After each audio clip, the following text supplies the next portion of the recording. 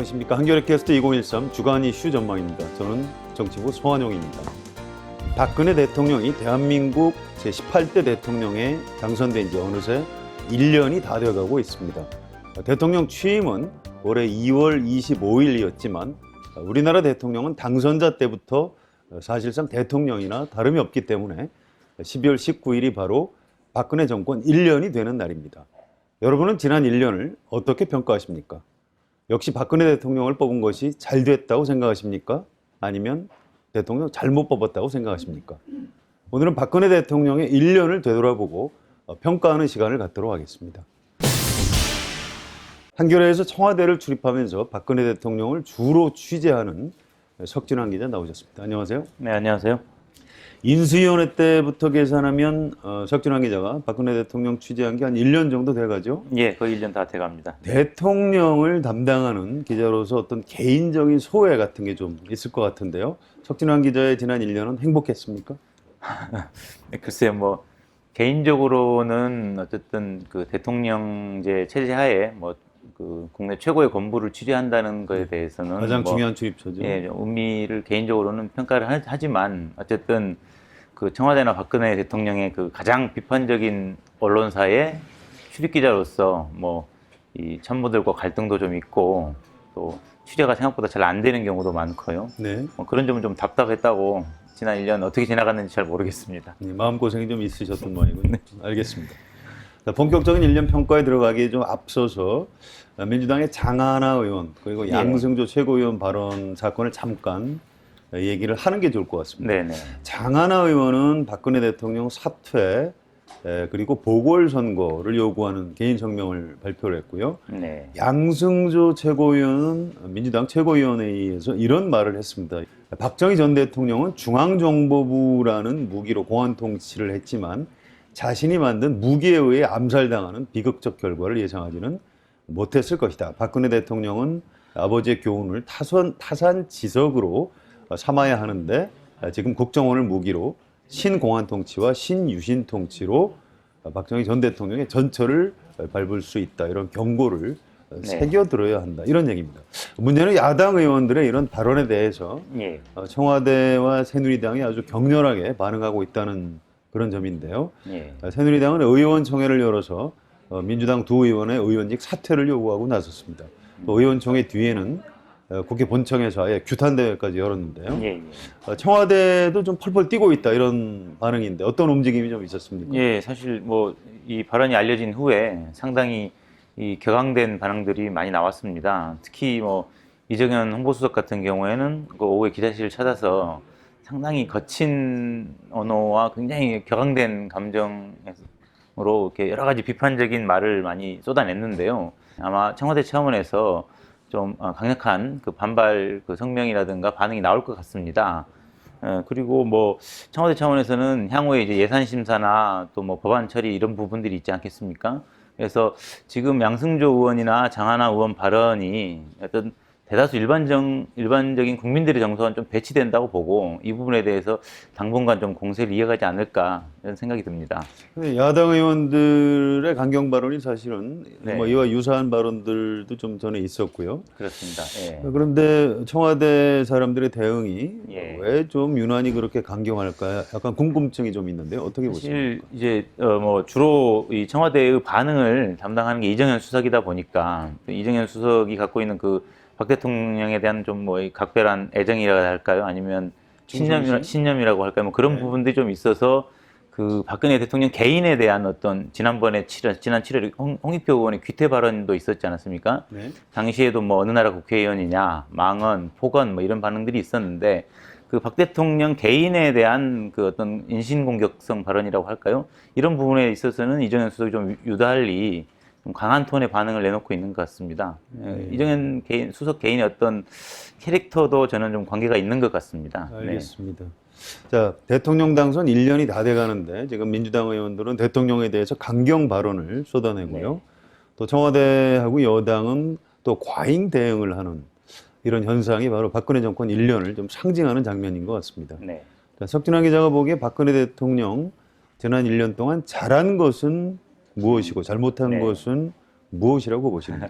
잘못한 부분에 대해서는 저희가 기사로 사실 수도 없이 반복해서 썼거든요. 예, 오늘은 그럼 잘한 걸 네, 좀 뭐 얘기해 이제 잘못한 주실까요? 거는 예를 들어서 뭐 인사난맥이나 불통, 뭐 그다음에 대야 강경 일방주의라든가 뭐 여러 가지 많이 썼는데요. 뭐 경제민주화나 뭐 복지공약 후퇴 부분도 많이 썼었고요.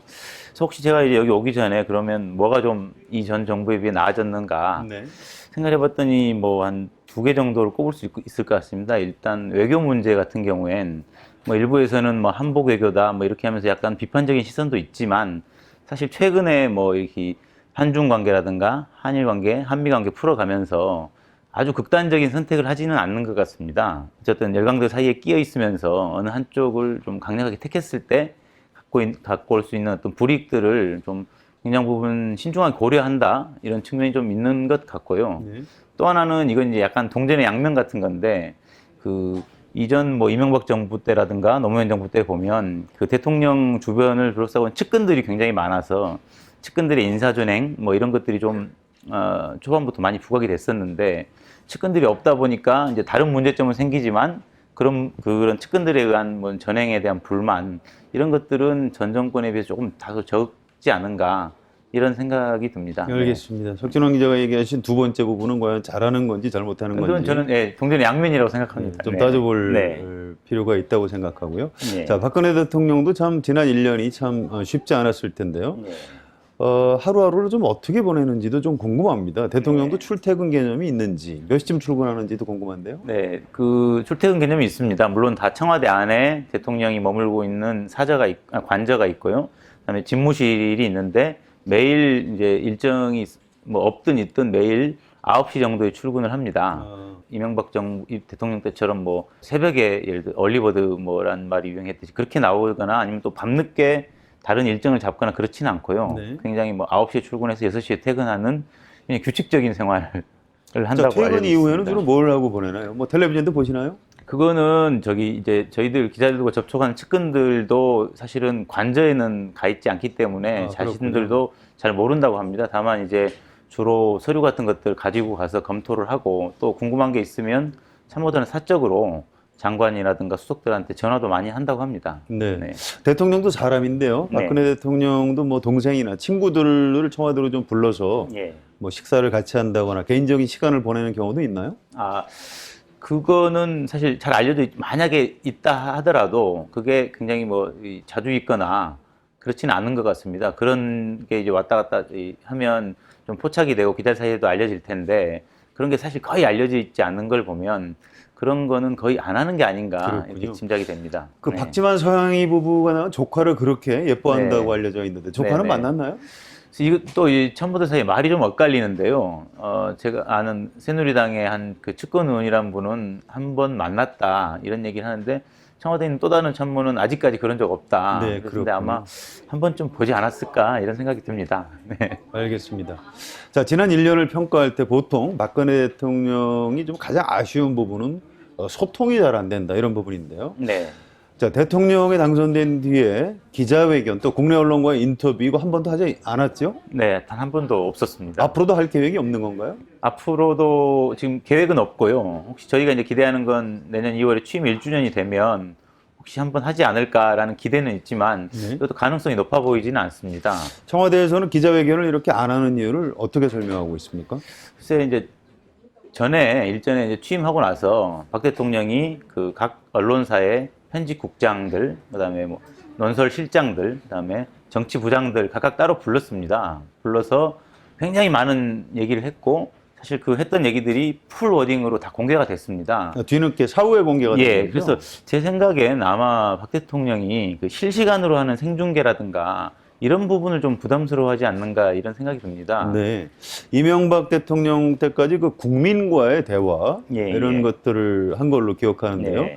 박근혜 대통령은 국민과의 대화도 하지 않는 것 같은데 그건 또 이유가 뭘까요? 역시 뭐 저는 그러니까 같은 이유라고 생각하는데 이를테면 매주 지금은 뭐 자주 하질 않지만 그 뭐 대통령 주재 수석 비서관 회의라든가 국무회의 자리를 통해서 그 앞에 시작하는 모두 발언이라고 하는데요.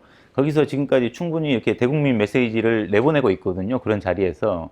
그래서 실제로 이렇게 실시간으로 이렇게 주고받는 대화 대신에 그러니까 그런 식으로 이렇게 그다음에 메시지를 전하는 통로를 일방적인 메시지 아닌가요? 그렇습니다. 그래서 사실 저희 기자들도 그런 부분이 조금 불만입니다. 불만인데 예전에 이제 대선 그때 TV 토론이라든가 그 전에 기자회견 때 문답을 했었는데 생중계가 됐었지 않습니까? 네, 그때 좀 여러 가지 그때 이제 실수가 좀 여러 가지 있었죠. 말실수 때문에 이제 아마 청와대 생각할 때는 본질이 아닌 그런 말꼬투리 잡기 이런 걸로 또 번질 수도 있어서 그런 부분 때문에 좀 안 하고 있는 게 아닌가 네. 그런 생각이 듭니다. 네, 알겠습니다. 자, 국민과의 소통은 좀 그렇다고 치고요. 네. 대통령으로서 의사결정을 어떻게 하는지 이것도 궁금한데요. 네. 보고를 받고 대통령이 결정을 내리는 어떤 수직적인 방식인가요? 아니면 참모들하고 토론을 통해서 해답을 네. 찾아가는 어떤 수평적인 의사결정 방식인가요?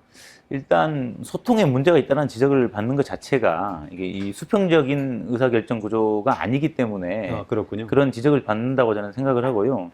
예를 들어서 해보면 사실 뭐 그 여러 가지 인사들이 있지 않습니까? 그러면 중요한 인사들이 있는데 그걸 정확하게 아는 참모가 사실 없는 것 같습니다. 아, 그런가요? 그렇죠. 보통은 이렇게 이제 여러 그 주요 의사결정을 하는 그런 참모 그룹들에서 서로 논의도 하고 논쟁도 하고 뭐 이렇게 하는 과정에서 이제 사실은 뭐 하마평도 나오고 이러는 건데 그런 게 전혀 안 되고 사실 전혀 의외의 인물이 또 이렇게 임명이 되고 그렇지 않습니까?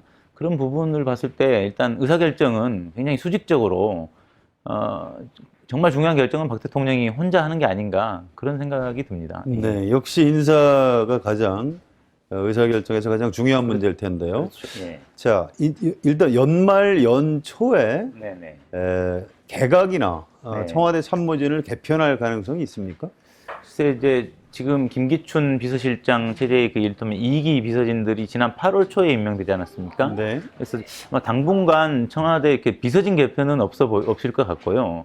이제 내년 지방선거를 앞두고 뭐 유종복 안행부 장관이라든가 조윤선 여성부 장관 같은 분들이 차출이 된다면 소폭의 개각 정도는 있을 수 있고 아니면 개각을 하는 김에 이제 그동안에 뭐 예를 들어서 문제가 있다고 판단했던 장관들 일부를 함께 가는 뭐 분위기 쇄신 차원에서 그런 것도 예상을 해볼 수가 있는데 아무튼 당분간은 아닐 것 같습니다. 경제계에서는 경제부총리 경질 가능성을 끊임없이 네. 얘기하던데요. 그건 가능성이 있습니까? 일단 지난 9월인가요? 한번 그 경제부총리에 대한 그 여당의 비판이 제기됐을 때 한번 경제부총리가 잘하고 있다라고 신임을 공개적으로 한 적이 있거든요.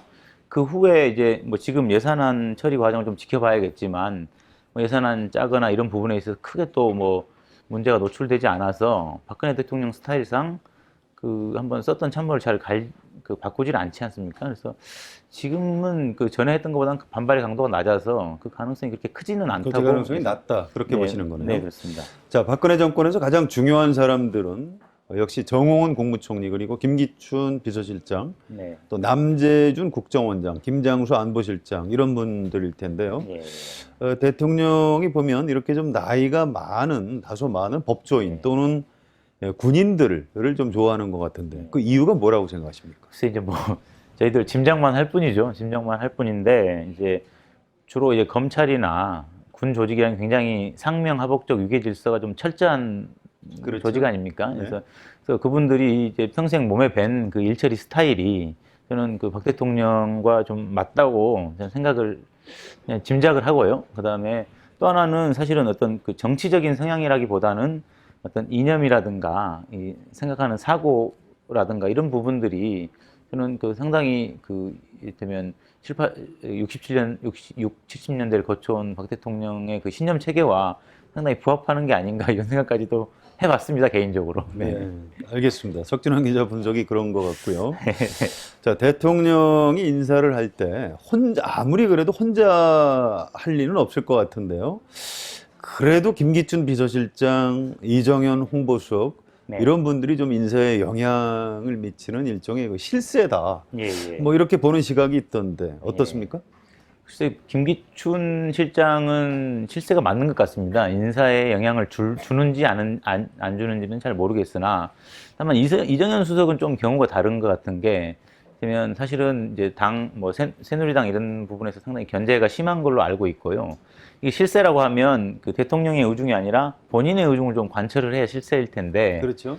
예, 이정현 수석 같은 경우는 본인의 의사를 관철을 하거나 그렇지는 않고 대통령의 의중을 정확히 반영하는 참모 스타일이거든요. 그래서 건의를 하는 게 아니고 그렇죠. 대통령의 예, 지시만 지시를 전달을 그대로 한다. 이제 반영하는 스타일이기 때문에 사실은 아주 도드라지는 실세는 없는 거 아닌가 이런 생각이 듭니다. 사실 김기춘 실장의 스타일도 굉장히 되면 지시를 훌륭하게 이제 집행하는 스타일이다 이런 평가가 있거든요. 네. 참모보다는 말 그대로 비서에 가깝다. 네, 그렇습니다. 이렇게 볼 수 있겠군요. 네. 자, 그런데 박근혜 대통령 최근 공기업 인사를 보면 예. 김성회 전 의원을 지역난방공사 사장에 앉혔고요. 또 현명관, 박근혜 후보 캠프 출신이죠. 현명관 전 삼성물산 회장을 마사 회장에 임명을 했습니다. 또 친박 정치인이죠. 김학송 전 의원을 도로공사 사장에 내정했는데요. 이런저런 사례를 보면 당이나 캠프 출신 사람들을 기용하기 시작했다. 이렇게 볼 수 있을까요? 박근혜 대통령이 어떤 인사에 변화가 있는 건가요? 저는 이 공공기관이나 공기업 인사 요 몇 건 가지고 변화가 있었다라고 보기는 좀 어려울 것 같습니다. 사실은 아직도 이른바 친박 세력들은 정권이 바뀐 지 1년이 다 돼가는데 이렇게 뭐 이렇게 자리를 이제 배치해주지 않는다라는 불만이 굉장히 아직도 팽배하거든요. 그렇죠. 예. 이 몇 건 가지고 그게 이제 앞으로 소위 말해 친박 낙하산들이 대거 투입된다 이렇게 보지는 않고요. 실제로 그 과거 이 정부에 비춰보면 지금 저희가 이제 낙하산이라고 이렇게 비판을 하는 몇 건에 비하면 그 전에 훨씬 더 심했었거든요. 그렇죠. 과거 정부가 더 심했죠. 네, 이명박 정부 때 같은 경우는 출범하자마자 다 몰아내고 다 새로 보냈으니까요. 그런 거에 비하면 뭐 이게 어느 순간 아주 단기간에 일시적으로 뭐 친박 낙하산들이 우르르 간다 이렇게 보기는 좀 어려울 것 같습니다. 어렵다. 네네. 알겠습니다. 자, 지지율 얘기를 좀 간단히 해볼까요? 자, 1년 동안 박근혜 대통령 지지율이 어떤 변화를 겪었는지 역대 대통령들하고 비교해서 간략히 좀 설명을 해주실까요? 일단 박근혜 대통령 지지율은 사실 놀랍게도 굉장히 꾸준하게 한 5, 60%대, 유지되고 60% 있죠. 안팎에 이렇게 꾸준히 유지되고 있습니다. 네. 뭐 이런저런 크게 변화도 없고요. 왜 그럴까요? 그래서 저는 워낙 그 박근혜 대통령이 가진 그 우리 그 지지 기반이 그 탄탄하다고 생각을 하거든요. 그 지지 기반이 탄탄한 데다가 사실 박 대통령이 아주 명백하게 큰 실수, 뭐 이를테면 사람들이 혀를 찰 만한 뭐 말 실수를 한다든가 아니면 뭐 행동에 있어서 아니면 뭐 그 이 아주 드러나게 이런 그 돌출 행동 같은 게 없기 때문에 사실 마이너스 포인트가 좀 적지 않은가. 네. 네, 그런. 자, 궁금한 게 그러면 네네. 앞으로 지지율이 올라가거나 반대로 떨어질 가능성이 있다고 봐야 할까요? 그 내년 지방선거 때까지는 큰 실수가 없는 한 유지가 되지 않겠느냐. 다만 지금 이제 진행 중인 국정원 그 뭐 이 대선 개입 사건에 대한 재판 결과라든가 그 이후에 이제 박 대통령의 대응이 어떻게 되느냐 이런 부분이 조금 변수가 될 수 있을 것 같습니다. 알겠습니다. 자, 대통령이 당선된 지 지금 1년이 다 돼가는데도 국가기관 선거 개입 의혹이 끊이지 않고 있고요. 네. 사태가 여기까지 온 데는 박근혜 대통령 본인과 청와대 잘못도 크다 이런 지적이 많은데요. 네. 청와대 사람들은 이 문제를 어떻게 설명을 하고 있습니까? 크게 사실은 드러나진 않지만 두 가지 기류가 있습니다. 뭐 예상할 수 있듯이 사실 이제 박 대통령이 거듭 말했던 대로 우리가 실질적으로 돈 받은 게 없다. 그 댓글 그 정도 해가지고 국민들이 자기 정치적인 견해를 바꾼다거나 뭐 그럴 국민들이냐라면서 이렇게 항변을 하는 부류가 있고요. 또 한 가지는 이제 그 정권 초기에 불거졌을 때 이걸 아주 신속하게 처리해서 빨리 끝냈어야 되는데 이게 너무 이걸 가벼운 사안이라고 판단을 해서 좀 너무 오래 질질 끄는 거 아니냐라는 것에 대한 좀 내부 자성적인 목소리도 있습니다. 다만 이제 이 사안이 정권을 근본적으로 흔들 만한 사안은 아니라고 보는 것 같습니다. 결국 결판은 이 경제 상황이라든가 이 향후 경기의 흐름 뭐 이런 것들로 결판이 난다고 보고 오히려 그런 쪽에 더 집중하는 게 아닌가. 자, 석진원 기자는 기자로서 예. 박근혜 대통령이라는 정치인을 예. 어떻게 평가하는지도 좀 궁금합니다. 1년을 지켜봤는데 네. 보시기에 앞으로 성공하는 대통령으로 남게 될까요? 아니면 실패하는 대통령으로 남게 될까요?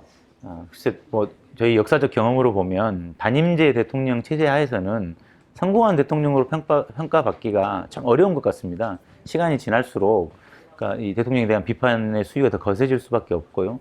또 하나는 지금 박근혜 대통령의 그 이를테면 특성이 이 모든 걸 혼자 결정하는 구조라는 거 알려져 있기 때문에 이게 나중에 책임도 사실 다 박근혜 대통령이 혼자 져야 되거든요. 네. 책임을 나눠질 참모들 그룹도 없고 해서 나중에 정권 후반부로 가면 오히려 좀 더 상황이 심각해질 수도 있겠다 이런 생각이 좀 들긴 합니다. 지난 대통령 선거를 생각해보면 박근혜 대통령이 당선된 것은 사실은 쉬운 일이 아니었습니다. 전임자인 이명박 대통령의 지지율이 추락하면서 정권이 야당으로 넘어갈 가능성이 높았습니다. 박근혜 대통령은 복지국가와 경제민주화를 과감하게 내세워서 대통령이 당선이 됐습니다. 유권자들은 박근혜 대통령이 다른 정치인들과는 달리 약속을 반드시 지키는 사람이기 때문에 복지국가와 경제민주화 공약을 지킬 것이다 이렇게 믿고 대통령으로 뽑았습니다. 그런데 1년이 지난 지금 복지국가와 경제민주화는 간대가 없습니다. 창조경제도 도대체 실체가 뭔지 알 수가 없습니다. 온 나라가 정보기관의 선거 개입에 따른 대선 불복 시비 그리고 통합진보당 사태와 공안정국으로 몸살을 앓고 있습니다. 이게 도대체 어떻게 된 일일까요? 우리 국민이 대통령을 잘못 뽑은 것일까요? 박근혜 대통령은 경제를 살리고 복지 공약을 지킬 능력이 과연 있는 것일까요? 언제까지 기다려야 할까요? 박근혜 대통령의 속 시원한 대답을 듣고 싶습니다. 오늘 주간 이슈 전망은 여기서 마치겠습니다. 지금까지 석진환 기자가 도움 말씀을 해주셨습니다. 수고하셨습니다. 수고하셨습니다. 저는 서완용이었습니다.